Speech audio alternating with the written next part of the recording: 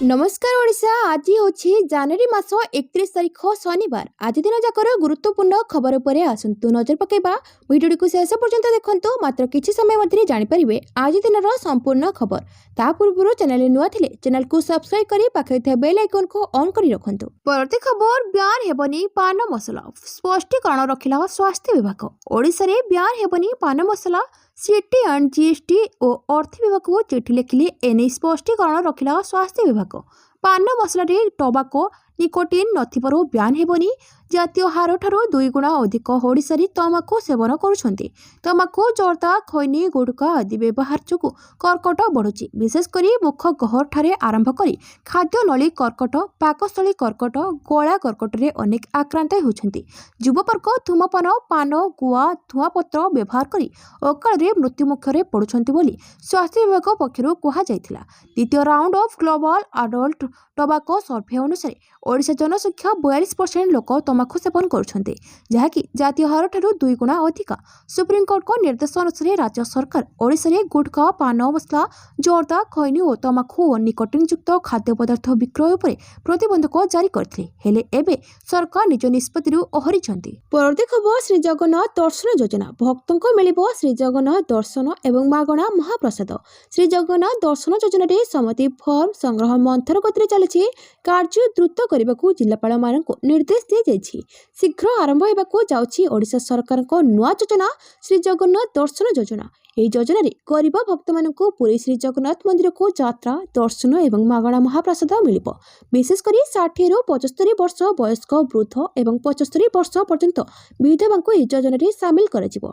किंतु यहा पई हिताधिकारी ठारू सम्मति फॉर्म संग्रह धीर गति चलुछि।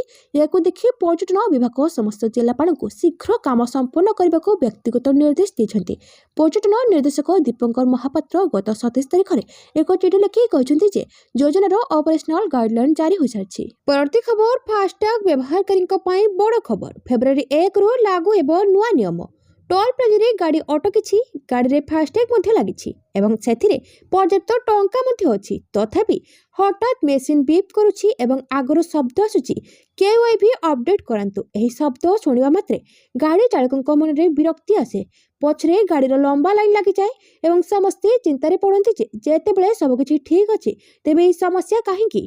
लक्ष लक्ष व्यक्तिगत गाड़ी चालकों ही दैनंदिन समस्यार समाधान एवं करिछि भारतीय जातीय राजपथ प्राधिकरण। एनएचएआई नुआ फास्टैग जारी करने प्रक्रिया को अधिक सहज करने को एक बड़ निष्पत्ति नहीं। व्यक्तिगत गाड़ीगुड़िक फास्टैग जारी होगा पर बाध्यतामूलक केवाईबी प्रक्रिया को संपूर्ण भाव उच्छेद कर नुआ नियम 1 फेब्रुआरी 2026 रु सारा देश में लागू हेबो।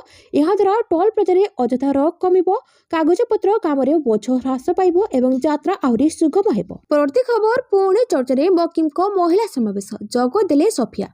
मकिम को महिला समावेश को नहीं पुणी चर्चा। मकिम को समावेश में पुणी अतिथि झील तथा कांग्रेस विधायक सोफिया फिरदौस सोफिया सह नगर कांग्रेस सभापति गिरिबाला बेहेरा और 3 कांग्रेस कॉर्पोरेटर लिजाराणी राउत स्वर्णप्रभा पसायत भानु सेनापति उपस्थिति को नहीं अधिक चर्चा। ओडिशा जनता कांग्रेस नाम नुआ दल गढ़ा चाहते मोहम्मद मकिम गत किछि दिन तले युव समावेश करथिबा बेले आज करथिले महिला समावेश। तेबे यह राजनीतिक समावेश नुहे कही कथा एड़ाइबा बेले कटक नगर कांग्रेस सभापति गिरिबाला बेहेरा कहते दल तांको प्रति अन्याय करिछि। आलोचना को न डाकी तांको सह अविचार करागला। परवर्ती खबर पश्चिम बंग रे एसआईआर को नहीं विवाद। फेब्रुआरी 2 रे श्री सिंह को भेटिबे मुख्यमंत्री ममता बनर्जी। पश्चिम बंग रे एसआईआर को नहीं विवाद लागि रहिता बेले मुख्यमंत्री ममता बनर्जी आसंता फेब्रुआरी 2 तारिख में नुआ दिल्ली रे मुख्य निर्वाचन कमिशनर ज्ञानेश कुमार को भेटिबे। ममता नेतृत्व में टीएमसी एक प्रतिनिधि दल 2 तारिख अपराह्न 4टारे श्री सिंह को भेटिबा को समय दिया जायछि। एसआईआर विरोध में चलता आंदोलन को से दिल्ली में पहुंचेबे बोली ममता बुधवार सिंगरठारे एक जनसभा कहिथिले। एथिसह से निर्वाचन कमिशन और बीजेपी को मध्य टार्गेट करथिले। से कहिथिले जे एसआईआर नाम लोकों को हैरान करा एसआईआर माध्यम पछुतर दे एनआरसी लागू करने को योजना करा। परवर्ती खबर राज्य में सप्ताहक 4 डिग्री बढ़िला तापमात्रा। राज्य में शीत प्रकोप कमी सर्वनिम्न राति तापमात्रा और सर्वोच्च दिन तापमात्रा क्रमश वृद्धि होबार लगी। गुरुवार झारसुगुड़ा में सर्वोच्च तापमात्रा 31.8 डिग्री रेकर्ड कर आंचलिक पाणीपाग विभाग तथ्य को देखिले गत सप्ताह मध्य तापमात्रा 3 ରୁ 4 डिग्री वृद्धि पाई बेले पारलाखेमुंडी में सर्वोच्च तापमात्रा 4 थर रेकर्ड होती। 23 तारीख में एଠାରେ सर्वोच्च तापमात्रा 31.6 डिग्री रही बेले 24 तारीख में 31.6 डिग्री, 26 तारीख में 31.8 डिग्री और 27 तारीख में 32.4 डिग्री रही। तेज शुक्रवार पुरी, खोर्धा, भद्रक, जगतसिंहपुर, केन्द्रापड़ा, गजपति, मयूरभंज, केउझर, कंधमाल, कटक, नयागढ़ और गंजाम जिला, शनिवार बालेश्वर, भद्रक, जाजपुर, कटक, केन्द्रापड़ा, जगतसिंहपुर, अनुगुल, ढेंकानाल, खोर्धा, गजपति, मयूरभंज, केउझर, कंधमाल, नयागढ़, गंजाम और पुरी जिला को कुहुड़ी नहीं सतर्क कर। परवर्ती खबर रेलवे देला बड़ खुशी खबर, तत्काल टिकेट बुकिंग है सहज। भारतीय रेलवे तत्काल टिकेट बुकिंग पाई नियम परिवर्तन करिछि। एबे यात्री माने शीघ्र एवं सहजरे टिकेट पाई परिबे। नूतन नियम अनुसार जदि आपणकर आईआरसीटीसी अकाउंट संपूर्ण भाव जांच होइछि एवं आधार सहित लिंक होइछि तेबे केवल गोटे क्लिक रे टिकेट निश्चितकरणर संभावना बढ़ी जिवो।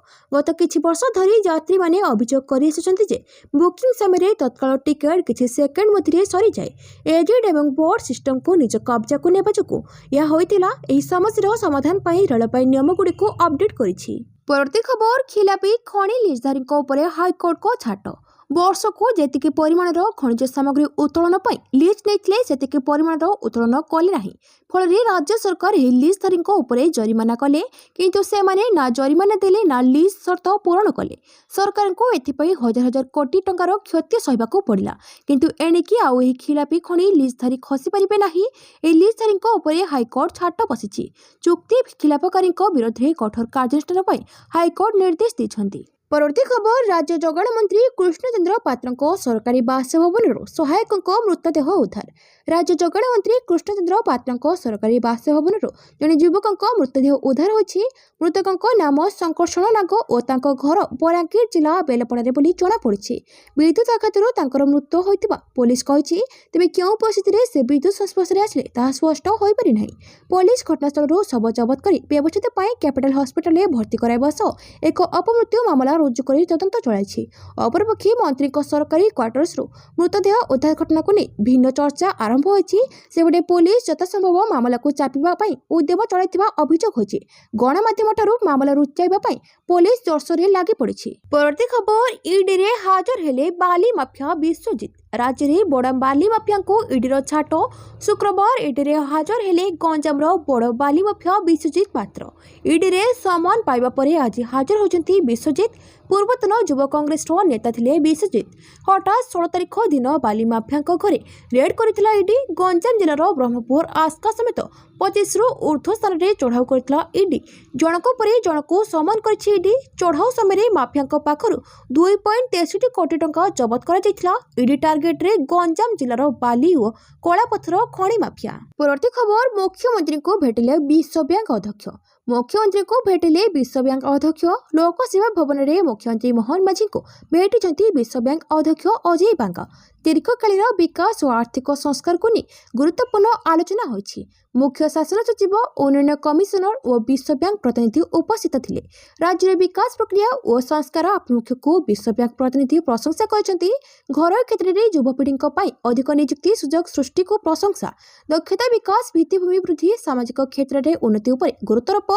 बैठक में राज्यर अंतर्भुक्तिकरण और स्थायी विकास को त्वरित करने, घर क्षेत्र में नियुक्ति युवपीढ़ी दक्षता विकास, भित्तिभूमि उन्नति, सामाजिक क्षेत्र में फलाफल को उन्नत करने एवं प्रजुक्ति आधारित अभिवृद्धि भली विषय पर उभय मध्य आलोचना होइतिला।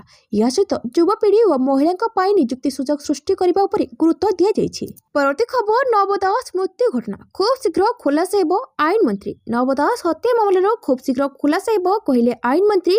दीपाली दास को बयान उपर आईन मंत्री प्रतिक्रिया। दीपाली मंतव्य गणमाध्यम देखिली आईन मंत्री। परिवार लोकों संदेह को नहीं କ୍ରାଇମବ୍ରାଞ୍ଚ ତଦନ୍ତ ଆରମ୍ଭ ହୋଇଛି। ମାମଲାର ସତ୍ୟତା, ଷଡ଼ଯନ୍ତ୍ର ଓ ସମ୍ପୃକ୍ତି ନେଇ ଆମୂଳଚୂଳ ତଦନ୍ତ ହେବ। ସୂଚନା ମୁତାବକ 29 ଜାନୁଆରୀ ଗୁରୁବାର ନବଙ୍କ ତୃତୀୟ ଶ୍ରାଦ୍ଧ ବାର୍ଷିକ ସଭା ଝାରସୁଗୁଡ଼ା ବେହେରାମାଲ ସ୍ଥିତ ନବଦାସ ଅଡିଟୋରିୟମରେ ଅନୁଷ୍ଠିତ ହୋଇଯାଇଛି। ଏଥିରେ ରାଜସ୍ୱ ମନ୍ତ୍ରୀ ସୁରେଶ ପୂଜାରୀଙ୍କ ସମେତ ବହୁ ବରିଷ୍ଠ ବିଜେଡି ନେତା ଯୋଗ ଦେଇଥିଲେ। ତେବେ ଶ୍ରଦ୍ଧାଞ୍ଜଳି ସଭାରେ ଦୀପାଳି କହିଛନ୍ତି, ଘଟଣା ଦିନ ବାପାଙ୍କର ଏକ ମିସ୍ କଲ୍ 12:27 ଆସିଥିଲା। ହେଲେ ପୋଲିସ ଏଫଆଇଆରରେ 12:15 ହତ୍ୟାକାଣ୍ଡ ଘଟିଥିବା ଉଲ୍ଲେଖ କରିଛି, ଯାହାକୁ ନେଇ ଏବେ ବଡ଼ ପ୍ରଶ୍ନ ଉଠିଛି। ଦୀପାଳି ଆହୁରି ମଧ୍ୟ କହିଛନ୍ତି, ହତ୍ୟା ଘଟଣାରେ ତଦନ୍ତ ପାଇଁ ଆମ ପରିବାର ପକ୍ଷରୁ ମୁଖ୍ୟମନ୍ତ୍ରୀଙ୍କୁ ଲିଖିତ ଭାବେ ଜଣାଇଛୁ, କିନ୍ତୁ ଆଜି ଏହି ପ୍ରଶ୍ନର ଉତ୍ତର ଦେବା ମୋ ପାଇଁ ଉପଯୁକ୍ତ ସ୍ଥାନ ନୁହେଁ ବୋଲି ଦୀପାଳି କହିଛନ୍ତି। ପରବର୍ତ୍ତୀ ଖବର, କମିବ ବିଧାୟକଙ୍କ ଦରମା। ବିଧାୟକଙ୍କ ଦରମା ବୃଦ୍ଧିକୁ ନେଇ ପୁନଃ ବିଚାର ହୋଇପାରେ। ଚଳିତ ଅଧିବେଶନରେ ବିଲ୍ ଉପରେ ପୁନଃ ବିଚାର ହୋଇପାରେ। କମିଟି ଅଧ୍ୟକ୍ଷ ଭାସ୍କର ମଢେଇ ଏହି ସୂଚନା ଦେଇଛନ୍ତି। ଶ୍ରୀ ମଢେଇ କହିଛନ୍ତି, ବର୍ଦ୍ଧିତ ଦରମା ସମ୍ପର୍କରେ ପୁନଃ ବିଚାର କରିବା ପାଇଁ ବିଧାୟକମାନେ ମୁଖ୍ୟମନ୍ତ୍ରୀ ମୋହନ ଚରଣ ମାଝୀଙ୍କୁ ଲିଖିତ ପ୍ରସ୍ତାବ ଦେଇଥିଲେ। ବିଭିନ୍ନ ସାମାଜିକ ସଂଗଠନ, ସାଧାରଣ ଲୋକ ସମାଲୋଚନା କଲେ ଆସନ୍ତା ବଜେଟ୍ ଅଧିବେଶନରେ ପୁନଃ ବିଚାର ହୋଇ ବିଲ୍ ପାରିତ ହୋଇପାରେ। ତେବେ ବିଧାୟକଙ୍କ ଦରମା କିଛି କମ୍ ହୋଇପାରେ। ଆପାତତଃ ସୁହାଇଲା ଭଳି ସର୍ବନିମ୍ନ ଆବଶ୍ୟକତା ମୁତାବକ ଦରମା କରାଯାଉ। ତେବେ ସରକାର ଏନେଇ ବିଚାର କରୁଛନ୍ତି, ଅନୁଧ୍ୟାନ କରି ପଦକ୍ଷେପ ନେବେ ବୋଲି ଶ୍ରୀ ମଢେଇ କହିଛନ୍ତି। ରାଜ୍ୟ ସରକାର ବଢ଼ାଇଛନ୍ତି ବିଧାୟକଙ୍କ ଦରମା ଏବଂ ଭତ୍ତା। ବର୍ଦ୍ଧିତ ଦୈନନ୍ଦିନ ଜୀବନଯାପନ ଖର୍ଚ୍ଚ ଏବଂ ମୁଦ୍ରାସ୍ଫୀତିକୁ ଦୃଷ୍ଟିରେ ରଖି ବର୍ତ୍ତମାନର 1 ଲକ୍ଷ ଦରମା ଏକ ଉତ୍ତମ ଜୀବନଶୈଳୀ ବଜାୟ ରଖିବା ପାଇଁ ପର୍ଯ୍ୟାପ୍ତ ନୁହେଁ ବୋଲି ଦାବି ହୋଇଆସୁଥିଲା। ଏହାକୁ ଦୃଷ୍ଟିରେ ରଖି ରାଜ୍ୟ ସରକାର ବିଧାୟକ, ବାଚସ୍ପତି, ଉପବାଚସ୍ପତି ଏବଂ ମନ୍ତ୍ରୀମାନଙ୍କ ଦରମା ଏବଂ ଭତ୍ତା ବୃଦ୍ଧି କରିଛନ୍ତି। ବିଧାନସଭାରେ ଶୀତକାଳୀନ ଅଧିବେଶନରେ ସଂସଦୀୟ ବ୍ୟାପାର ମନ୍ତ୍ରୀ ମୁକେଶ ମହାଲିକ ଗୃହରେ ଏହି ପ୍ରସ୍ତାବ ଉପସ୍ଥାପନ କରିଥିଲେ। ଗୃହରେ ସର୍ବସମ୍ମତିକ୍ରମେ ଏହା ପାସ୍ ହୋଇଥିଲା। ପରବର୍ତ୍ତୀ ଖବର, ପାର୍କରେ ସ୍ଥାପିତ କୌଣସି ପ୍ରତିମୂର୍ତ୍ତିର ଅସମ୍ମାନ ସହିବେନି ସରକାର। ମନ୍ତ୍ରୀ ରାଜ୍ୟର ସହରାଞ୍ଚଳରେ ଜୀବନ ଧାରଣର ମାନବ ବୃଦ୍ଧି ଏବଂ ସର୍ବସାଧାରଣ ସମ୍ପତ୍ତିର ସୁରକ୍ଷା ପାଇଁ ଏକ ବଡ଼ ପଦକ୍ଷେପ ନେଇଛନ୍ତି ମାନ୍ୟବର ଗୃହ ନିର୍ମାଣ ଓ ନଗର ଉନ୍ନୟନ ମନ୍ତ୍ରୀ ଡକ୍ଟର କୃଷ୍ଣଚନ୍ଦ୍ର ମହାପାତ୍ର। କେବଳ ଭୁବନେଶ୍ୱର କିମ୍ବା କଟକ ନୁହେଁ, ବରଂ ଓଡ଼ିଶାର ସମସ୍ତ ପୌରାଞ୍ଚଳରେ ଥିବା ପାର୍କଗୁଡ଼ିକର ସୌନ୍ଦର୍ଯ୍ୟକରଣ ଓ ସାମଗ୍ରିକ ଉନ୍ନତି ପାଇଁ ଏକ ସମୟବଦ୍ଧ କାର୍ଯ୍ୟଯୋଜନା ପ୍ରସ୍ତୁତ କରିବାକୁ ସେ ବିଭାଗକୁ ନିର୍ଦ୍ଦେଶ ଦେଇଛନ୍ତି। ଆଜି ବିଭାଗୀୟ କାର୍ଯ୍ୟର ସମୀକ୍ଷା କରିବା ଅବସରରେ ମନ୍ତ୍ରୀ ତାଙ୍କର ନିକଟ ଅତୀତରେ ଇନ୍ଦିରା ଗାନ୍ଧୀ ପାର୍କ ଗସ୍ତ ବିଷୟରେ ଉଲ୍ଲେଖ କରିଥିଲେ। ପାର୍କର ଦୁରାବସ୍ଥା ଦେଖି ସେ ଗଭୀର ଅସନ୍ତୋଷ ପ୍ରକାଶ କରିବା ସହ ଅନେକ ସହରାଞ୍ଚଳରେ ପାର୍କଗୁଡ଼ିକର ରକ୍ଷଣାବେକ୍ଷଣରେ ଅବହେଳା ଓ ଭିତ୍ତିଭୂମିର ଅବକ୍ଷୟକୁ ନେଇ ଚିନ୍ତା ପ୍ରକାଶ କରିଛନ୍ତି। ସାମାଜିକ ଓ ସାଂସ୍କୃତିକ ସମ୍ପତ୍ତି ମନ୍ତ୍ରୀ କହିଛନ୍ତି ଯେ ପାର୍କଗୁଡ଼ିକ କେବଳ ମନୋରଞ୍ଜନର ସ୍ଥାନ ନୁହେଁ, ଏହା ସହରର ସାମାଜିକ ପରିବେଶ ଓ ସାଂସ୍କୃତିକ ପରିଚୟ। ଏହା ନାଗରିକଙ୍କ ସ୍ୱାସ୍ଥ୍ୟ ଏବଂ ସୁସ୍ଥତା ସହ ସିଧାସଳଖ ଜଡ଼ିତ। ପ୍ରତିମୂର୍ତ୍ତିର ସମ୍ମାନ, ପାର୍କରେ ସ୍ଥାପିତ ବିଶିଷ୍ଟ ବ୍ୟକ୍ତି ଓ ଐତିହାସିକ ଜନନାୟକଙ୍କ ପ୍ରତିମୂର୍ତ୍ତିଗୁଡ଼ିକର ଯତ୍ନ ନେବାକୁ ସେ ବିଶେଷ ଗୁରୁତ୍ୱ ଦେଇଛନ୍ତି। ପରବର୍ତ୍ତୀ ଖବର, ନିପା ଭାଇରସରେ ଭାରତରେ 2 ଜଣ ସଂକ୍ରମିତ। ଭାରତରେ ନିପା ଭାଇରସରେ 2 ଜଣ ସଂକ୍ରମିତ ହୋଇଥିବା ଜଣାପଡ଼ିଛି। ନିପା ସଂକ୍ରମଣ ସମ୍ପର୍କରେ ଜଣାପଡ଼ିବା ପରେ ଏସିଆର ଅନେକ ଦେଶରେ ବିଦେଶରୁ ଆସୁଥିବା ଯାତ୍ରୀଙ୍କୁ ବିମାନ ବନ୍ଦରରେ କଡ଼ା ଯାଞ୍ଚ କରାଯାଉଛି। ଏହାକୁ ଦେଖି ବିଶ୍ୱ ସ୍ୱାସ୍ଥ୍ୟ ସଂଗଠନ ଶୁକ୍ରବାର କହିଛି ଯେ ଭାରତରେ ନିପା ଭାଇରସ ବ୍ୟାପିବାର ସମ୍ଭାବନା କମ୍ ରହିଛି। ତେଣୁ ଯାତ୍ରା କିମ୍ବା ବାଣିଜ୍ୟ କଟକଣାର ଆବଶ୍ୟକତା ନାହିଁ। WHO ଦ୍ୱାରା ଏହାର ୱେବସାଇଟ୍ରେ ଦିଆଯାଇଥିବା ତଥ୍ୟ ଅନୁଯାୟୀ ନିପା ଭାଇରସ ଯୋଗୁଁ ମଣିଷରୁ ମଣିଷକୁ ସଂକ୍ରମଣ ବୃଦ୍ଧିର କୌଣସି ପ୍ରମାଣ ନାହିଁ। ଏହାଦ୍ୱାରା ଜାତୀୟ, ଆଞ୍ଚଳିକ ଏବଂ ବିଶ୍ୱସ୍ତରରେ ବିପଦ କମ୍ ରହିଛି। ପଶ୍ଚିମବଙ୍ଗର ଉତ୍ତର 24 ପରଗଣା ଜିଲ୍ଲାରେ ନିପା ଭାଇରସରେ 2 ଜଣ ସଂକ୍ରମିତ ହୋଇଥିବା ଜଣାପଡ଼ିଛି। ପରବର୍ତ୍ତୀ ଖବର, କୁଏତରୁ ଦିଲ୍ଲୀ ଆସୁଥିବା ବିମାନକୁ ବୋମା ଧମକ। ଅହମ୍ମଦାବାଦରେ ଜରୁରୀକାଳୀନ ଅବତରଣ। କୁଏତରୁ ଶୁକ୍ରବାର ସକାଳେ ଦିଲ୍ଲୀ ଆସୁଥିବା ଇଣ୍ଡିଗୋ ଏୟାରଲାଇନ୍ସ ଏକ ବିମାନକୁ ବୋମାର ଉଡ଼ାଇ ଦେବା ଓ ଅପହରଣ କରିବାକୁ ଧମକ ପରେ ଅହମ୍ମଦାବାଦ ବିମାନ ବନ୍ଦରରେ ଏହା ଜରୁରୀକାଳୀନ ଅବତରଣ କରିଛି। ବିମାନରେ ବୋମା ରହିଥିବା ଏବଂ ଏହାକୁ ଅପହରଣ କରି ନିଆଯିବ ବୋଲି ଲେଖା ହୋଇଥିବା ଏକ ଟିସ୍ୟୁ ପେପର ଜଣେ ବିମାନ କର୍ମଚାରୀ ପାଇବା ପରେ ଆତଙ୍କ ଖେଳି ଯାଇଥିଲା। ପାଇଲଟ ଏୟାର ଟ୍ରାଫିକ୍ କଣ୍ଟ୍ରୋଲକୁ ସତର୍କ କରିବା ସହିତ ବିମାନକୁ ଅହମ୍ମଦାବାଦ ବିମାନ ବନ୍ଦର ଅଭିମୁଖେ ଅବତରଣ ପାଇଁ ନିଆଯାଇଥିବା ସୂଚନା ଦେଇଥିଲେ। ବିମାନରେ ଥିବା ସମସ୍ତ 180 ଯାତ୍ରୀଙ୍କୁ ସୁରକ୍ଷିତ ଭାବେ ଖାଲି କରିବା ପରେ ସେମାନଙ୍କ ଜିନିଷପତ୍ର କଡ଼ାକଡ଼ି ଯାଞ୍ଚ କରାଯାଇଥିଲା। ଏହା ସହିତ ସମସ୍ତ ଯାତ୍ରୀଙ୍କ ପରିଚୟ ମଧ୍ୟ ଯାଞ୍ଚ କରାଯାଇଛି। ପରବର୍ତ୍ତୀ ଖବର, RSSକୁ ନିନ୍ଦା। ଶ୍ୟାମାପ୍ରସାଦଙ୍କୁ ନେହେରୁ ଓ ପଟେଲ ଲେଖିଥିବା ଚିଠିକୁ ପ୍ରକାଶ କଲେ ରମେଶ। ମହାତ୍ମା ଗାନ୍ଧୀଙ୍କ ପୁଣ୍ୟତିଥି ଅବସରରେ କଂଗ୍ରେସ ନେତା ଜୟରାମ ରମେଶ ଶୁକ୍ରବାର ଜବାହରଲାଲ ନେହେରୁ ଓ ସର୍ଦ୍ଦାର ବଲ୍ଲଭଭାଇ ପଟେଲଙ୍କ ଦ୍ୱାରା ଶ୍ୟାମାପ୍ରସାଦ ମୁଖାର୍ଜୀଙ୍କୁ ଲେଖାଯାଇଥିବା 2ଟି ଚିଠି ପ୍ରକାଶ କରିଛନ୍ତି। 1948 ମସିହାରେ ଲେଖାଯାଇଥିବା ଏହି ଚିଠିରେ ନେହେରୁ ଓ ପଟେଲ RSS ହିନ୍ଦୁ ମହାସଭାକୁ ତୀବ୍ର ସମାଲୋଚନା କରିବା ସହିତ ଏହାର କାର୍ଯ୍ୟକଳାପ ଉପରେ ପ୍ରଶ୍ନ ଉଠାଇଥିଲେ। କଂଗ୍ରେସ ମହାସଚିବ ରମେଶ କହିଛନ୍ତି, ମହାତ୍ମା ଗାନ୍ଧୀଙ୍କୁ ହତ୍ୟା କରାଯିବାର 2 ଦିନ ପୂର୍ବରୁ ନେହେରୁ ଶ୍ୟାମାପ୍ରସାଦଙ୍କୁ ଚିଠି ଲେଖିଥିବା ବେଳେ ଏହାର କିଛି ମାସ ପରେ ଜୁଲାଇ 18 ତାରିଖରେ ସର୍ଦ୍ଦାର ପଟେଲ ଶ୍ୟାମାପ୍ରସାଦଙ୍କୁ ଚିଠି ଲେଖିଥିଲେ।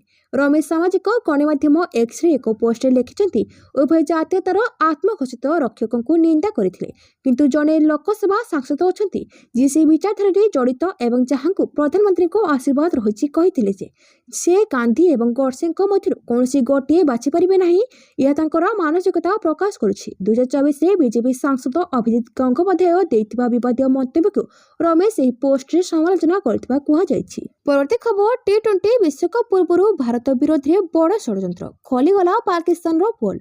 ଭାରତରେ ଫେବୃଆରୀ 7ରୁ ଆରମ୍ଭ ହେଉଥିବା ଟି20 ବିଶ୍ୱକପ୍ ପୂର୍ବରୁ ପଡ଼ୋଶୀ ପାକିସ୍ତାନ ନିପା ଭାଇରସ୍ ସମ୍ପର୍କରେ ଭାରତ ବିରୋଧରେ ଏକ ନକଲି ଅଭିଯାନ ଚଳାଇଛି। ପାକିସ୍ତାନୀ ଆକାଉଣ୍ଟଗୁଡ଼ିକ ମିଥ୍ୟା ଦାବି କରିଛନ୍ତି ନିପା ଭାଇରସ୍ ଭାରତରେ କାୟା ବିସ୍ତାର କରିଛି, ଯାହା ଟି20 ବିଶ୍ୱକପ୍କୁ ବିପଦରେ ପକାଇଛି।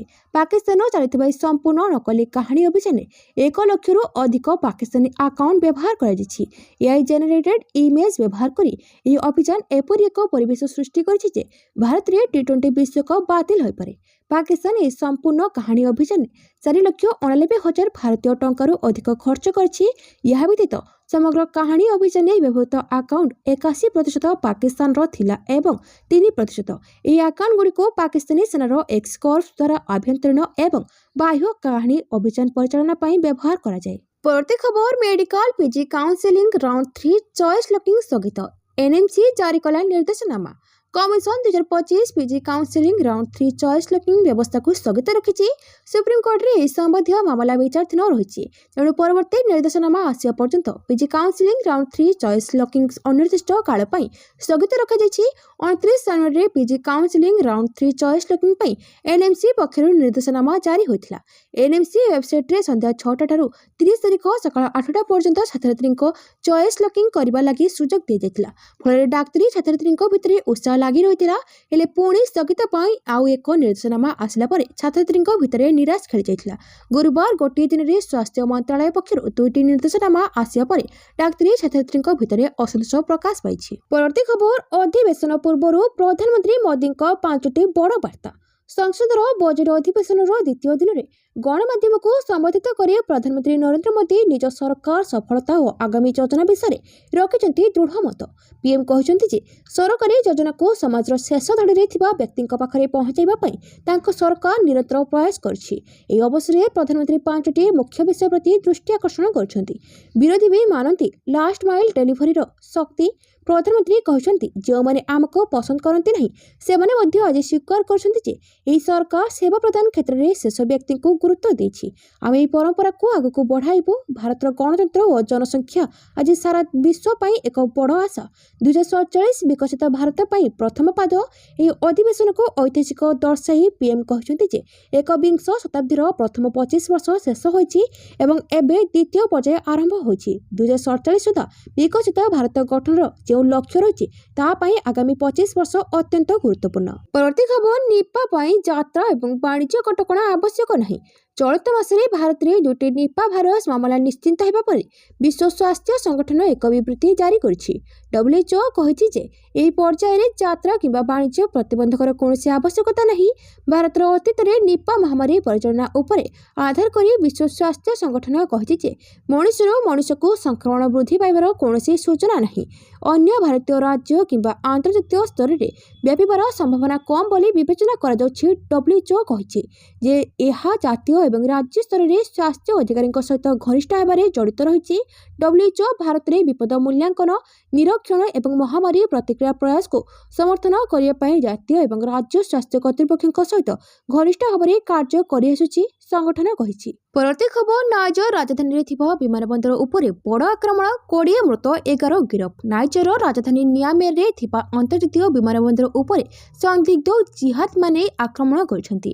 ନାଇଜରର ପ୍ରତିରକ୍ଷା ମନ୍ତ୍ରଣାଳୟ କହିଛି ଯେ 4 ଜଣ ସାମରିକ କର୍ମଚାରୀ ଆହତ ହୋଇଛନ୍ତି ଏବଂ 20 ଜଣ ଆକ୍ରମଣକାରୀଙ୍କ ମୃତ୍ୟୁ ହୋଇଛନ୍ତି। ସରକାରୀ ଟେଲିଭିଜନ କହିଛି ଯେ ସେମାନଙ୍କ ମଧ୍ୟରେ ଜଣେ ଫରାସୀ ନାଗରିକ ଅଛନ୍ତି। ଡିଓରି ହାମିନ୍ ଆନ୍ତର୍ଜାତୀୟ ବିମାନବନ୍ଦରରେ ଘଟିଥିବା ଏହି ଘଟଣା ପାଇଁ 11 ଜଣଙ୍କୁ ଗିରଫ କରାଯାଇଥିଲା। କରିଥିଲା। ଗୁରୁବାର ନାଇଜର ଜୁଣ୍ଟା ମୁଖ୍ୟ ବିମାନ ବନ୍ଦର ଉପରେ ଆକ୍ରମଣକୁ ବିଫଳ କରିବାରେ ସାହାଯ୍ୟ ପାଇଁ ରୁଷକୁ ଧନ୍ୟବାଦ ଦେଇଥିଲେ ଏବଂ ସେ ଏହି ଆକ୍ରମଣ ପଛରେ ଥିବା ଲୋକମାନଙ୍କୁ ସମର୍ଥନ ଦେଇଥିବା ଅଭିଯୋଗ ଫ୍ରାନ୍ସ ଓ ବେନିନ୍ର ରାଷ୍ଟ୍ରପତିଙ୍କ ଉପରେ ଆଣିଛନ୍ତି। ପରବର୍ତ୍ତୀ ଖବର, ଭାରତ ପାକିସ୍ତାନ ଖେଳାଳିଙ୍କୁ ସୁରକ୍ଷା ଦେବ ଶ୍ରୀଲଙ୍କାର ସ୍ୱତନ୍ତ୍ର କମାଣ୍ଡୋ ବାହିନୀ। ଆସନ୍ତା ଟି20 ବିଶ୍ୱକପରେ ପାକିସ୍ତାନର ଅଂଶଗ୍ରହଣକୁ ନେଇ ସନ୍ଦେହ ଧୀରେ ଧୀରେ ଦୂର ହେଉଥିବା ବେଳେ ଏବେ ସମସ୍ତଙ୍କ ଲକ୍ଷ୍ୟ ଭାରତ ପାକିସ୍ତାନ ମ୍ୟାଚ୍ ଉପରେ ରହିଛି। ପାକିସ୍ତାନ ଏହି ମ୍ୟାଚ୍କୁ ବର୍ଜନ କରିବ ବୋଲି ଧମକ ଦେଉଥିବା ସତ୍ତ୍ୱେ ଶ୍ରୀଲଙ୍କା ପକ୍ଷରୁ ଏହି ମ୍ୟାଚ୍ର ସୁଚାରୁ ଆୟୋଜନ ଓ ସୁରକ୍ଷା ବ୍ୟବସ୍ଥା ଉପରେ ସର୍ବାଧିକ ଗୁରୁତ୍ୱ ଦିଆଯାଉଛି। ଶ୍ରୀଲଙ୍କାର କ୍ରୀଡ଼ା ମନ୍ତ୍ରୀ ସୁନୀଲ କୁମାର ଗମାଗେ କହିଛନ୍ତି ଯେ ବିଶ୍ୱକପର ସମସ୍ତ ମ୍ୟାଚ୍ର ସୁଚାରୁ ଆୟୋଜନ ଉପରେ ଗୁରୁତ୍ୱ ରହିଛି। ବିଶେଷ କରି ଭାରତ ପାକିସ୍ତାନ ମଧ୍ୟ ଉପରେ ସର୍ବାଧିକ ଗୁରୁତ୍ୱ ରହିଛି। ସୁରକ୍ଷା ବ୍ୟବସ୍ଥା ପାଇଁ ସ୍ୱତନ୍ତ୍ର କମାଣ୍ଡୋ ବାହିନୀ ମୁତୟନ କରାଯିବ। ସାଧାରଣତଃ କୌଣସି ରାଷ୍ଟ୍ର ମୁଖ୍ୟ ଶ୍ରୀଲଙ୍କା ଆସିଲେ ଯେପରି ସୁରକ୍ଷା ଦିଆଯାଏ ସେପରି ସୁରକ୍ଷା ଭାରତ ଓ ପାକିସ୍ତାନ ଖେଳାଳିମାନଙ୍କୁ ଦିଆଯିବ। ଖେଳାଳିମାନେ ଏୟାରପୋର୍ଟରୁ ଓହ୍ଲାଇବା ପରେ ମ୍ୟାଚ୍ ଖେଳି ପୁଣି ବିମାନରେ ଚଢ଼ିବା ପର୍ଯ୍ୟନ୍ତ ଏହି ସୁରକ୍ଷା ଦିଆଯିବ। ପରବର୍ତ୍ତୀ ଖବର, ପାକିସ୍ତାନକୁ ନେଇ ଆମେରିକାର ବଡ଼ ଘୋଷଣା, ଶାହବାଜ ମୁନିରକୁ ଧକ୍କା ଦେଲା ଟ୍ରମ୍ପ ପ୍ରଶାସନ। ଆମେରିକା ପୁଣିଥରେ ପାକିସ୍ତାନକୁ ଏକ ବଡ଼ ଝଟକା ଦେଇଛି। ସୁରକ୍ଷା କାରଣ ଦର୍ଶାଇ ଗୁରୁବାର ଟ୍ରମ୍ପ ପ୍ରଶାସନ ପାକିସ୍ତାନ ଯାତ୍ରା କରିବାକୁ ଯୋଜନା କରୁଥିବା ଆମେରିକୀୟ ନାଗରିକମାନଙ୍କୁ ଚେତାବନୀ ଦେଇଛି। କହିଛି ଯେ ସେମାନଙ୍କୁ ଏହାର ପୁନର୍ବିଚାର କରିବାକୁ ଅନୁରୋଧ କରିଛି। ପାକିସ୍ତାନୀ ଗଣମାଧ୍ୟମ ଅନୁଯାୟୀ ଏହାର ସଦ୍ୟତମ ଆଡଭାଇଜରୀରେ ଆମେରିକୀୟ ବୈଦେଶିକ ବିଭାଗ ଯାତ୍ରୀମାନଙ୍କୁ ଅପରାଧ, ଆତଙ୍କବାଦ ଏବଂ ଅପହରଣ ବିପଦ ହେତୁ ପାକିସ୍ତାନ ଯାତ୍ରା କରିବା ପୂର୍ବରୁ ଦୁଇଥର ଚିନ୍ତା କରିବାକୁ ପରାମର୍ଶ ଦେଇଛି। ପାକିସ୍ତାନୀ ଖବରକାଗଜ ଡନ୍ ରିପୋର୍ଟ କରିଛି ଯେ ପାକିସ୍ତାନକୁ ଲେବଲ୍ 3 ଆଡଭାଇଜରୀ ଅଧୀନରେ ରଖାଯାଇଛି। ଏହା ଏମିତି ଏକ ବର୍ଗ ଯାହା ବିନା ଚେତାବନୀରେ ଆତଙ୍କବାଦୀ ଆକ୍ରମଣର ଉଚ୍ଚ ବିପଦକୁ ସୂଚିତ କରେ। ବୈଦେଶିକ ବିଭାଗ ଅନୁଯାୟୀ ସାଧାରଣ ଲକ୍ଷ୍ୟସ୍ଥଳଗୁଡ଼ିକ ମଧ୍ୟରେ ପରିବହନ କେନ୍ଦ୍ର, ହୋଟେଲ, ବଜାର, ସପିଂ ମଲ୍, ସାମରିକ ଏବଂ ସୁରକ୍ଷା ସ୍ଥଳ, ବିମାନ ବନ୍ଦର, ଟ୍ରେନ୍, ସ୍କୁଲ, ହସ୍ପିଟାଲ, ପୂଜାସ୍ଥଳ, ପର୍ଯ୍ୟଟନ ସ୍ଥଳ ଏବଂ ସରକାରୀ କୋଠା ଅନ୍ତର୍ଭୁକ୍ତ। ପରବର୍ତ୍ତୀ ଖବର, ସୁନା ଏବଂ ରୂପା ମୂଲ୍ୟରେ ଲାଗିଲା ବ୍ରେକ୍। କ୍ରମାଗତ ଭାବରେ ବୃଦ୍ଧି ପାଉଥିବା ସୁନା ଏବଂ ରୂପା ମୂଲ୍ୟରେ ବ୍ରେକ୍ ଲାଗିଛି। 10 ଗ୍ରାମ 24 କ୍ୟାରେଟ୍ ସୁନାର ମୂଲ୍ୟ ପ୍ରାୟ 8,000 ହ୍ରାସ ପାଇଛି। ଗତକାଲି 10 ଗ୍ରାମ 24 କ୍ୟାରେଟ୍ ସୁନାର ମୂଲ୍ୟ 1,68,850 ଟଙ୍କା ଥିଲା, ଯାହା ଆଜି 1,70,620 ଟଙ୍କା ରହିଛି। ଏହା 8,230 ଟଙ୍କାକୁ ହ୍ରାସ ପାଇଛି। ସେପରି 10 ଗ୍ରାମ 22 କ୍ୟାରେଟ୍ ସୁନାର ମୂଲ୍ୟ ଗତକାଲି 1,63,950 ଟଙ୍କା ଥିଲା, ଯାହା ଆଜି 1,56,400 ଟଙ୍କା, ଯାହା ଆଜି 7,550 ଟଙ୍କା ହ୍ରାସ ପାଇଛି।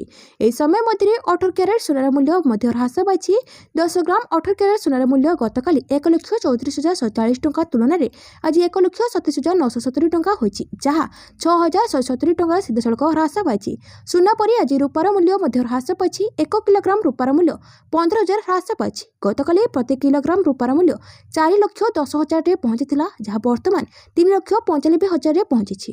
ପରବର୍ତ୍ତୀ ଖବର, କଟିଆରେ ପଶି ଆଧାର କାର୍ଡ ଇ-ସର୍ଭେ କରୁଥିଲେ ଆନ୍ଧ୍ର ସରକାରୀ କର୍ମଚାରୀ, ତଡ଼ିଦେଲା କଟିଆ ପୋଲିସ। ଆନ୍ଧ୍ରକୁ ଛାଡୁନି କଟିଆ ଲୋଭ, ପୁଣି କଟିଆରେ ପଶି ଆନ୍ଧ୍ର ସରକାରୀ କର୍ମଚାରୀଙ୍କ ଦାଦାଗିରି। କଟିଆ ସେମ୍ବିଗାର ଆନ୍ଧ୍ର ପ୍ରଶାସନର ଏକ ଟିମ୍ ରାସନ ଓ ଆଧାର କାର୍ଡ ଇ-ସର୍ଭେ କରିବା ବେଳେ ଜୋରଦାର ବିରୋଧର ସମ୍ମୁଖୀନ ହୋଇଛି। ସୂଚନା ଅନୁସାରେ ଆନ୍ଧ୍ର ପକ୍ଷରୁ ରାସନ କାର୍ଡ ପ୍ରଦାନ କରିବା ନିମନ୍ତେ ବିବାଦୀୟ କଟିଆକୁ ସର୍ଭେ କରିବାକୁ ଆସିଥିବା ଆନ୍ଧ୍ର ନେତା ଓ ଅଧିକାରୀଙ୍କୁ କଟିଆ ପୋଲିସ ତଡ଼ି ଦେଇଛି। ସୂଚନା ଅନୁଯାୟୀ ଆଜି ଆନ୍ଧ୍ରପ୍ରଦେଶର ପଞ୍ଚାୟତ ତଥା ସଚିବାଳୟର ଅଧିକାରୀ ଓ ନେତାମାନେ ଉପରସେମ୍ବି ଗ୍ରାମରେ ଅନୁପ୍ରବେଶ କରିଥିଲେ। ସେଠାରେ ଗ୍ରାମବାସୀଙ୍କୁ ଏକତ୍ରିତ କରିଥିଲେ। ଲୋକଙ୍କୁ ଆନ୍ଧ୍ର ସରକାରଙ୍କ ରାସନ କାର୍ଡ ପ୍ରଦାନ ଲାଗି ସର୍ଭେ ଆରମ୍ଭ କରିଥିଲେ। ଏ ବାବଦରେ ସୂଚନା ପାଇ କଟିଆ ପୋଲିସ ସେଠାରେ ପହଞ୍ଚି ବିରୋଧ କରିବାରୁ ସେମାନେ ସେଠାରୁ ପଳାଇଥିଲେ। ପରବର୍ତ୍ତୀ ଖବର, ସୋସିଆଲ ମିଡିଆ ଉପରେ ବିହାର ସରକାରଙ୍କ କଟକଣା। ସୋସିଆଲ ମିଡିଆର ଅପବ୍ୟବହାର ରୋକିବା ପାଇଁ ବିହାର ସରକାର ଏକ ବଡ଼ ପଦକ୍ଷେପ ନେଇଛନ୍ତି। ରାଜ୍ୟ କ୍ୟାବିନେଟ୍ ଆଜି ନିଷ୍ପତ୍ତି ନେଇଛି ଯେ ଫେସବୁକ୍, ଟ୍ୱିଟର, ଟେଲିଗ୍ରାମ ଏବଂ ଅନ୍ୟାନ୍ୟ ଡିଜିଟାଲ ପ୍ଲାଟଫର୍ମରେ ଅନୁପଯୁକ୍ତ ମନ୍ତବ୍ୟ କିମ୍ବା ଖରାପ ବ୍ୟବହାର କରୁଥିବା ସରକାରୀ କର୍ମଚାରୀଙ୍କ ବିରୋଧରେ ଏବେ କଠୋର ଶୃଙ୍ଖଳାଗତ କାର୍ଯ୍ୟାନୁଷ୍ଠାନ ଗ୍ରହଣ କରାଯିବ। ସରକାର କହିଛନ୍ତି ଯେ ପ୍ରଶାସନିକ ଶୃଙ୍ଖଳା ବଜାୟ ରଖିବା ଏବଂ ସରକାରଙ୍କ ଭାବମୂର୍ତ୍ତିକୁ ସୁରକ୍ଷା ଦେବା ପାଇଁ ଏହି ନିୟମ ଆବଶ୍ୟକ। କ୍ୟାବିନେଟ୍ ଦ୍ୱାରା ଅନୁମୋଦିତ ମାର୍ଗଦର୍ଶିକା ଅନୁଯାୟୀ ବିହାର ଯେକୌଣସି ସରକାରୀ କର୍ମଚାରୀଙ୍କୁ ଏବେ ସୋସିଆଲ ମିଡିଆ ଆକାଉଣ୍ଟ ତିଆରି କରିବା ପୂର୍ବରୁ ସେମାନଙ୍କର ସକ୍ଷମ ଅଧିକାରୀଙ୍କଠାରୁ ଅନୁମତି ନେବାକୁ ପଡ଼ିବ। ଏହାର ଅର୍ଥ ହେଉଛି ବିଭାଗୀୟ ଅନୁମତି ବିନା କୌଣସି କର୍ମଚାରୀ ସୋସିଆଲ ମିଡିଆ ଆକାଉଣ୍ଟ ପରିଚାଳନା କରିପାରିବେ ନାହିଁ। ପରବର୍ତ୍ତୀ ଖବର, ଶାନ୍ତି ଆଲୋଚନା ପାଇଁ ଜେଲେନ୍ସ୍କିଙ୍କୁ ମସ୍କୋ ନିମନ୍ତ୍ରଣ କଲା ରୁଷ। ରୁଷ ୟୁକ୍ରେନ ମଧ୍ୟରେ 4 ବର୍ଷ ହେଲା ଯୁଦ୍ଧ ଚାଲିଥିବା ବେଳେ ଶାନ୍ତି ଆଲୋଚନା ପାଇଁ କ୍ରେମଲିନ୍ ୟୁକ୍ରେନ ରାଷ୍ଟ୍ରପତି ଭଲୋଡିମିର ଜେଲେନ୍ସ୍କିଙ୍କୁ ମସ୍କୋ ଆସିବାକୁ ନିମନ୍ତ୍ରଣ କରିଛି। ରୁଷ ୟୁକ୍ରେନ ମଧ୍ୟରେ ଚାଲିଥିବା ଯୁଦ୍ଧ ବନ୍ଦ କରିବାକୁ ଆମେରିକା ନେତୃତ୍ୱରେ ଶାନ୍ତି ଆଲୋଚନା ଚାଲିଥିବା ବେଳେ ରୁଷ ଏହି ପ୍ରସ୍ତାବ ଦେଇଛି। ଦୁଇ ଦେଶ ଯୁଦ୍ଧ ମୃତକଙ୍କ ସଦସ୍ୟତ୍ୱ ଆଦାନ ପ୍ରଦାନ କରିବା ପରେ ଏବଂ ମସ୍କୋ ଏବଂ କିଏ ପରସ୍ପରର ଶକ୍ତି ଭିତ୍ତିଭୂମି ଉପରେ ଆକ୍ରମଣ ବନ୍ଦ କରିବାକୁ ରାଜି ହୋଇଥିବା ଗୁଜବ ଉପରେ ମନ୍ତବ୍ୟ ଦେବାକୁ ମନା କରିଦେବାର କିଛି ଘଣ୍ଟା ପରେ କ୍ରେମଲିନ୍ ଏହାର ବିବୃତ୍ତି ରଖିଛି। ଗତ ସପ୍ତାହାନ୍ତରେ ଆବୁଧାବିରେ ୱାଶିଂଟନ ମଧ୍ୟସ୍ଥତାରେ ଶାନ୍ତି ଆଲୋଚନାର ଅଗ୍ରଗତି ହୋଇଥିଲେ ମଧ୍ୟ ରୁଷ ଏବଂ ୟୁକ୍ରେନ ମଧ୍ୟରେ ଗଭୀର ମତଭେଦ ଜାରି ରହିଛି। ପରବର୍ତ୍ତୀ ଖବର, ଭବିଷ୍ୟତର ବ୍ରହ୍ମାସ୍ତ୍ର, ଭାରତର ପ୍ରଥମ ହାଇପରସୋନିକ ମିସାଇଲ। ଭାରତର ପ୍ରଥମ ହାଇପରସୋନିକ କ୍ଷେପଣାସ୍ତ୍ର, ଯାହା ଆଗାମୀ ଦିନରେ ଶତ୍ରୁ ଦେଶକୁ ପରାଜୟ କରିବାର ସାମର୍ଥ୍ୟ ରଖୁଛି, ଏହା 77ତମ ଗଣତନ୍ତ୍ର ଦିବସର ପ୍ୟାରେଡରେ ସାମିଲ ହୋଇଥିଲା। ଡିଆରଡିଓର ଏହି long range antiship hypersonic glide missile ପ୍ରଥମ ଥର ପାଇଁ ଗଣତନ୍ତ୍ର ଦିବସ ପ୍ୟାରେଡରେ ବିସ୍ତାର କରିଥିଲା। ଏହା ଭାରତର ଭବିଷ୍ୟତର ବ୍ରହ୍ମାସ୍ତ୍ର ବୋଲି ଡିଆରଡିଓ ପକ୍ଷରୁ ସୂଚନା ମିଳିଛି। ଏହାର ପରିସର 1500 କିଲୋମିଟର ପର୍ଯ୍ୟନ୍ତ ଗତି କରିପାରିବ, ଯାହା ଶତ୍ରୁର ରାଡାର ଧରିପାରିବ ନାହିଁ। ଭାରତୀୟ ନୌସେନା ପାଇଁ ଡିଜାଇନ୍ କରାଯାଇଥିବା ଏହି କ୍ଷେପଣାସ୍ତ୍ର ଭାରତ ମହାସାଗରରେ ସାମୁଦ୍ରିକ ଆକ୍ରମଣ କ୍ଷମତାକୁ ବୃଦ୍ଧି କରିବ। ଭବିଷ୍ୟତରେ ଏହାର ପରିସର 3000ରୁ 3500 କିଲୋମିଟର ପର୍ଯ୍ୟନ୍ତ ପହଞ୍ଚିବ। 77ତମ ଗଣତନ୍ତ୍ର ଦିବସରେ ଭାରତର ନିଜର ହାଇପରସୋନିକ ମିସାଇଲ ପ୍ୟାରେଡରେ ଦେଖା ଦେଇଥିଲା। ଡିଆରଡିଓ ସୂଚନା ଅନୁସାରେ ଜଣାପଡ଼ିଛି ଯେ ଏହା ଭାରତୀୟ ନୌସେନା ପାଇଁ ପ୍ରସ୍ତୁତ କରାଯାଇଛି। ହିନ୍ଦୁ ମହାସାଗରରେ ଭାରତ ସାମୁଦ୍ରିକ କ୍ଷେତ୍ରକୁ ଏହା ମଜବୁତ କରିବ। ଏହି ହାଇପରସୋନିକ କ୍ଷେପଣାସ୍ତ୍ର ଶତ୍ରୁ ଦେଶର ରାଡାର ଚିହ୍ନଟ କରିପାରିବ ନାହିଁ। ପରବର୍ତ୍ତୀ ଖବର, ଇରାନ ଆମେରିକା ଯୁଦ୍ଧ ଆଶଙ୍କା ତୀବ୍ର। ଇରାନ ଅଭିମୁଖେ ବଡ଼ ଜାହାଜ ଯାଉଥିବା ଟ୍ରମ୍ପଙ୍କ ଧମକ। ଇରାନରେ ଯୁଦ୍ଧ ସଙ୍କଟ ଦିନକୁ ଦିନ ଘନେଇବାରେ ଲାଗିଛି। ଇରାନରେ ଆନ୍ଦୋଳନ ଜାରି ରହିଥିବା ବେଳେ ଆମେରିକା ରାଷ୍ଟ୍ରପତି ଡୋନାଲ୍ଡ ଟ୍ରମ୍ପଙ୍କ ଧମକପୂର୍ଣ୍ଣ ବୟାନ ପୁଣି ଥରେ ଦୁଇ ଦେଶ ମଧ୍ୟରେ ଉତ୍ତେଜନାକୁ ବୃଦ୍ଧି କରିଛି। ଗୁରୁବାର ଆମେରିକା ରାଷ୍ଟ୍ରପତି ଡୋନାଲ୍ଡ ଟ୍ରମ୍ପ ସାମ୍ବାଦିକମାନଙ୍କୁ କହିଥିଲେ ଯେ ଆଉ ଏକ ବଡ଼ ଓ ଶକ୍ତିଶାଳୀ ଜାହାଜ ଇରାନ ଅଭିମୁଖେ ଯାଉଛି, କିନ୍ତୁ ପରେ ସେ କହିଥିଲେ ଯେ ଇରାନ ବିରୋଧରେ ସାମରିକ କାର୍ଯ୍ୟାନୁଷ୍ଠାନ ଗ୍ରହଣ କରିବାକୁ ସେ ଚାହୁଁନାହାନ୍ତି। ଟ୍ରମ୍ପଙ୍କ ବୟାନ ପରେ ଇରାନର ପରମାଣୁ ପ୍ରତିଷ୍ଠାନଗୁଡ଼ିକ ଉପରେ ଆମେରିକା ପକ୍ଷରୁ ସମ୍ଭାବ୍ୟ କମାଣ୍ଡ ଅପରେସନ ଗ୍ରହଣ କରାଯାଇଥିବ ବୋଲି ଅନୁମାନ କରାଯାଉଛି। ଇରାନ ପକ୍ଷରୁ କୁହାଯାଇଛି ଯେ ଆମେରିକାର ଯେକୌଣସି ଆକ୍ରମଣର ଜବାବରେ ତେହରାନ ତୁରନ୍ତ ଆମେରିକୀୟ ସେନାଘାଟି ଏବଂ ବିମାନ ବାହକ ଉପରେ ଆକ୍ରମଣ କରିବ। ସୂଚନାଯୋଗ୍ୟ, ଟ୍ରମ୍ପ ଏହା ପୂର୍ବରୁ ଇରାନୀ ବିଦ୍ରୋହୀଙ୍କୁ ହତ୍ୟା କରାଗଲେ ଆମେରିକା ତେହରାନ ଉପରେ ସାମରିକ କାର୍ଯ୍ୟାନୁଷ୍ଠାନ ଗ୍ରହଣ କରିବ ବୋଲି ଧମକ ଦେଇଥିଲେ। ନିକଟରେ ଟ୍ରମ୍ପ ଇରାନର ପରମାଣୁ କାର୍ଯ୍ୟକ୍ରମ ଉପରେ ତାଙ୍କ ଧ୍ୟାନ କେନ୍ଦ୍ରିତ କରିଛନ୍ତି। ପରବର୍ତ୍ତୀ ଖବର, ଭାରତୀୟ ମୁଦ୍ରା ଡଲାର ଖସୁଛି। ଜାନୁଆରୀ 2024 ଶେଷ ଆଡ଼କୁ ଆମେରିକୀୟ ଡଲାର ଓ ଭାରତୀୟ ମୁଦ୍ରା ଉଭୟ ଭିନ୍ନ ଭାବରେ ହ୍ରାସ ପାଇବାରେ ଲାଗିଛି। ଡଲାର ତୁଳନାରେ ଭାରତୀୟ ମୁଦ୍ରା ରେକର୍ଡ ପରିମାଣରେ କମିଛି। ସରଳ ଭାଷାରେ କହିବାକୁ ଗଲେ ଏକ ଡଲାର ପାଇବାକୁ ହେଲେ ଭାରତୀୟ ମୁଦ୍ରା ପାଖାପାଖି 92 ଟଙ୍କା ଦେବାକୁ ପଡୁଛି। ସେଭଳି ବୈଶ୍ୱିକ ସ୍ଥିତିକୁ ଦେଖିଲେ ଆମେରିକୀୟ ଡଲାର ବିଶ୍ୱର ଅନ୍ୟ ଶକ୍ତିଶାଳୀ ମୁଦ୍ରା ତୁଳନାରେ ଦୁର୍ବଳ ହେଉଥିବା ଲକ୍ଷ୍ୟ କରାଯାଉଛି। ଉଲ୍ଲେଖଯୋଗ୍ୟ ଯେ ବାସ୍କେଟ୍ ଅଫ୍ କରେନ୍ସି ଭିତରେ ଆମେରିକୀୟ ଡଲାର, ୟୁରୋ, ଜାପାନର ୟେନ୍, ବ୍ରିଟିଶର ପାଉଣ୍ଡ, କାନାଡୀୟ ଡଲାର ଓ ସୁଇସ୍ ଫ୍ରାଙ୍କ ରହିଛନ୍ତି। ତେଣୁ ବାସ୍କେଟ୍ ଅଫ୍ କରେନ୍ସିର ଅନ୍ୟ ମୁଦ୍ରା ତୁଳନାରେ ଆମେରିକୀୟ ଡଲାର ହ୍ରାସ ପାଇବା ଅନ୍ତର୍ଜାତୀୟ ଅର୍ଥନୀତିରେ ଆଲୋଚନାର ବିଷୟ ପାଲଟିଛି। ସାମ୍ପ୍ରତିକ ରିପୋର୍ଟ ଆଧାରରେ ଆମେରିକୀୟ ଡଲାର ଓ ଭାରତୀୟ ମୁଦ୍ରାକୁ ନେଇ ସୃଷ୍ଟି ହୋଇଥିବା ସ୍ଥିତି ବିଷୟରେ ଆଲୋକପାତ କରାଯାଇପାରେ। ଆମେରିକୀୟ ଡଲାର ତୁଳନାରେ ଭାରତୀୟ ମୁଦ୍ରା 92 ଯାଏଁ ପହଞ୍ଚୁତାର ମୁଖ୍ୟ କାରଣ ହେଲା ବିଦେଶୀ ପୁଞ୍ଜିର ବହିର୍ଗମନ। ପରବର୍ତ୍ତୀ ଖବର, କିସ୍ତ ଅର୍ଡରରେ ସେନା ଜୈଶ ଆତଙ୍କବାଦୀ ଏନକାଉଣ୍ଟର। ଇଣ୍ଟରନେଟ୍ ସେବା ବନ୍ଦ। ଜମ୍ମୁ ଓ କାଶ୍ମୀରର କିସ୍ତୱାଡ଼ାରେ ଜୈଶ ମହମ୍ମଦ ଆତଙ୍କବାଦୀ ସଂଗଠନର ଆତଙ୍କୀ ଲୁଚି ରହିଥିବା ବେଳେ ସେନା ପକ୍ଷରୁ ସେମାନଙ୍କୁ କାବୁ କରିବାକୁ ବଡ଼ ଧରଣର ଅପରେସନ ଚାଲିଛି। ସୁରକ୍ଷାକର୍ମୀଙ୍କ ପକ୍ଷରୁ କିସ୍ତୱାଡ଼ାର ଚାତ୍ରୁ ଅଞ୍ଚଳରେ ଗୁରୁବାରଠାରୁ ତଲାସୀ ଅଭିଯାନ ଚାଲିଛି। ସମ୍ପୃକ୍ତ ଅଞ୍ଚଳରେ ଇଣ୍ଟରନେଟ୍ ସେବା ବନ୍ଦ କରିଦିଆଯାଇଛି। ଆତଙ୍କବାଦୀ ଧରାପଡ଼ିନଥିବା ବେଳେ ଚାତ୍ରୁ ଅଞ୍ଚଳର ସିଙ୍ଗପୁରା, ଅରିଗମ୍, ଦାଥର ଓ ନୈଦଗମ୍ ଅଞ୍ଚଳରେ ତଲାସୀ ଅଭିଯାନ ଜାରି ରହିଛି। ଚାଲିଥିବା ଅଭିଯାନ ସମୟରେ ଦେଶ ବିରୋଧୀ ତତ୍ତ୍ୱମାନଙ୍କ ଦ୍ୱାରା ଏହାର ଅପବ୍ୟବହାରକୁ ଏଡ଼ାଇବା ପାଇଁ ସିଂହପରା, ଚିଙ୍ଗମ୍ ଏବଂ ଚତୁରକୁ ନେଇ 6 କିଲୋମିଟର ବ୍ୟାସାର୍ଦ୍ଧରେ ମୋବାଇଲ ଇଣ୍ଟରନେଟ୍ ସେବାକୁ ଅସ୍ଥାୟୀ ଭାବରେ ବନ୍ଦ କରାଯାଇଛି। ପରବର୍ତ୍ତୀ ଖବର, ହାଇକୋର୍ଟରୁ ଅନୁଭବକୁ ଝଟକା। ଜାରି ରହିବ ଯୌତୁକ ନିର୍ଯାତନା ମାମଲା। ଓଲିଉଡ୍ ସୁପରଷ୍ଟାର ଅନୁଭବ ମହାନ୍ତିଙ୍କୁ ଝଟକା। ଅନୁଭବଙ୍କ ଆବେଦନ ଖାରଜ କରିଛନ୍ତି ହାଇକୋର୍ଟ। ତାଙ୍କ ବିରୋଧରେ ଚାଲିବ ଯୌତୁକ ନିର୍ଯାତନା ମାମଲା। ତଳ କୋର୍ଟଙ୍କ ଚାର୍ଜ ଫ୍ରେମ୍କୁ କାଏମ ରଖିଛନ୍ତି ଉଚ୍ଚ ନ୍ୟାୟାଳୟ। ଅନୁଭବ ଓ ତାଙ୍କ କର୍ମଚାରୀଙ୍କ ବିରୋଧରେ ଏତଲା ଦେଇଥିଲେ ବର୍ଷା ପ୍ରିୟଦର୍ଶିନୀ। ଅନୁଭବଙ୍କ ଘରେ ଥିବା ବେଳେ ମାନସିକ ନିର୍ଯାତନା ପାଉଥିବା ନେଇ ପୁରୀଘାଟ ଥାନାରେ ଅଭିଯୋଗ କରିଥିଲେ। ଅନୁଭବ ଓ ତାଙ୍କ ସହଯୋଗୀ ଖଗେଶ୍ୱରଙ୍କ ବିରୋଧରେ ହେବ ବିଚାର। ତଳ କୋର୍ଟଙ୍କ ରାୟ ବିରୋଧରେ ହାଇକୋର୍ଟ ଯାଇଥିଲେ ଅଲିଉଡ୍ ସୁପରଷ୍ଟାର। ଘରେ ହିଂସା ମାମଲାରେ ଜିତିଥିବାରୁ ଏହି ମାମଲାର ଅସ୍ତିତ୍ୱ ନାହିଁ, ତେଣୁ କ୍ରିମିନାଲ କେସ୍ ଖାରଜ କରିବାକୁ ଅନୁଭବ ଅନୁରୋଧ କରିଥିଲେ। ପରବର୍ତ୍ତୀ ଖବର, ସୁରକ୍ଷାକର୍ମୀଙ୍କ ଗୁଳିରେ 2 କୁଖ୍ୟାତ ମାଓବାଦୀ ମୃତ। ଭୁଷୁଡୁଛି ଲାଲଗଡ଼, ଖାଲି ହେଉଛି ମାଓ କ୍ୟାମ୍ପ। ମାଲକାନଗିରି ଜିଲ୍ଲା ଛତିଶଗଡ଼ ସୀମାନ୍ତ ବିଜାପୁର ଜିଲ୍ଲାରେ पुणी एनकाउंटर सुरक्षाकर्मी गोली दुई जन कुख्यात माओवादी निहत होता सूचना मिली।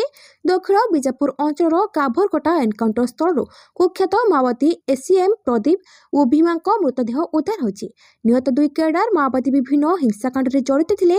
काभरकटा पंचायतर पूर्वतन सरपंच भीमा माडरकाम हत्या घटना सामिल थे। यह दुई माओवादी घटनास्थल गोटे AK-47 बंदूक, गोटे 9mm पिस्तल और फुटा गोली विस्फोरक सह अन्य माओ सामग्री जबत कर। परवर्ती खबर अदालत अवमानना मामलू मुक्ति पाइले आईएएस उषा पाढ़ी। अदालत अवमानना मामलू मुकुलिले वरिष्ठ आईएएस अधिकारी उषा पाढ़ी। सहित नगर उन्नयन विभाग निर्देशक एवं कटक जिलापाल आश्वस्ति पाइछन्ति। एही तीन वरिष्ठ अधिकारी कोर्ट आदेश पालन करथिबानी कंप्लायंस रिपोर्ट दाखल करबा सह निशर्त क्षमा प्रार्थना करबा परे अदालत अवमानना मामला को रद्द करछन्ति हाईकोर्ट। आठगड़ बासिंदा पिलोना महांती नगर उन्नयन विभाग में 33 वर्ष धरी अस्थायी कर्मचारी भाव कार्य करुଥିଲେ। चाकरी नियमित कराइबा लगी से दायर करथिबा मामलार शुणाणी करी 2024 मसीह हाईकोर्ट तांको सपक्ष में राय देथिले, जाको डिविजन बेंच रे चैलेंज करथिले प्रतिपक्ष। किंतु गत वर्ष जुलाई 10 रे डिविजन बेंच पिलोनांको सपक्ष में राय शुणाइले। कोर्ट को राय 8 सप्ताह भितर कार्यकारी करने को निर्देश होइतिला, हेले ताहा कार्यकारी हेले नहीं, जाको चैलेंज करी आवेदनकारी हाईकोर्ट रे अदालत अवमानना मामला दायर करथिले। परवर्ती खबर एमसीएल सीबीआई चढ़ाऊ। एमसीएल गर्जन बाहल कोलड़ा कोयला खनि और कनिका रेलवे साइड रे सीबीआई रो स्वतंत्र दलर चढ़ाऊ। खनि साइडिंग को जाउथिबा 75,000 टन कोयलार हिस्सा मिलुनथिबा अभियोग। कोयला चोराचालाण अभियोग को नहीं दिल्ली सीबीआई रो 3टी दल एककालीन चलाइछन्ति तनाघन। Kanika railway siding incharge CP Sethi को तांको कंपनी निवास और गर्जन बाहल खनि कर्मचारी को उठानी कनिका साइड रे जेरा करा जाउथिबार सूचना रही। एमसीएल रो कर्मचारी सीपी सेठी पूर्वरु गर्जन बाहल खनि प्रकल्प दायित्व थिले। से समय रे कोयला चोराचालाण होइथिबा सूचना मिलिथिला। एबे से रेलवे साइड रे इंचार्ज। परवर्ती खबर मे 4 रु ओजेई परीक्षा आरंभ। ओडिशा युग्म प्रवेशिका परीक्षा ओजेई 2026 पंजीकरण प्रक्रिया सरकारी वेबसाइट माध्यम आरंभ करिछि। आवेदन विंडो जनवरी 28 रु मार्च 22 2026 पर्यंत खोला रहिबो। आवेदनकारी माने 25 एप्रिल 2026 ठारू ओजेई पई सेमानकर एडमिट कार्ड डाउनलोड करि परिबे। ओजेई 2026 परीक्षा 4, 5, 7, 8 एवं 9 मे 2026 रे अनुष्ठित हेबार संभावना अछि एवं फलाफल 2026 जून प्रथम सप्ताह घोषणा करा जिवो। परवर्ती खबर एथर आसिबो ऐतिहासिक बजेट। साधारण लोक सीधासड़क हेबे उपकृत। अर्थमंत्री निर्मला सीतारमण फेब्रुआरी 1 रे साधारण बजेट उपस्थापन करिबे। बजेट दिवस समस्त वर्गर लोकंक पई एक गुरुत्वपूर्ण दिन। गुरुत्वपूर्ण कथा होची ज्योतिष शास्त्र अनुसार 2026-27 बजेट एक अत्यंत शुभ संजोग सहित मेल खाउची। केवल गोटे नुहे दुईटी नुहे बरं एही दिन रे 7टी शुभ संजोग सृष्टि होची। एही वर्षर बजेट साधारण जनतांक पई सकारात्मक हेबो। आसंतु बजेट दिवसर विशेष संजोग अनुसंधान करिबा। माघ पूर्णिमा बजेट दिवस फेब्रुआरी 1 2026 रे एक अत्यंत शुभ तारीख हेबो। ज्योतिष माने विश्वास करନ୍ତି जे जातीय स्वार्थ सहित जड़ित जेकोसी प्रमुख पदक्षेप पई पूर्णिमा तारीख को शुभ बोली विवेचना कराए। एही तारीख देवी लक्ष्मी सहित जड़ित, तेणु एही दिन रे उपस्थापन बजेट आर्थिक स्थिरता एवं विकास रे गुरुत्वपूर्ण भूमिका ग्रहण करिबो।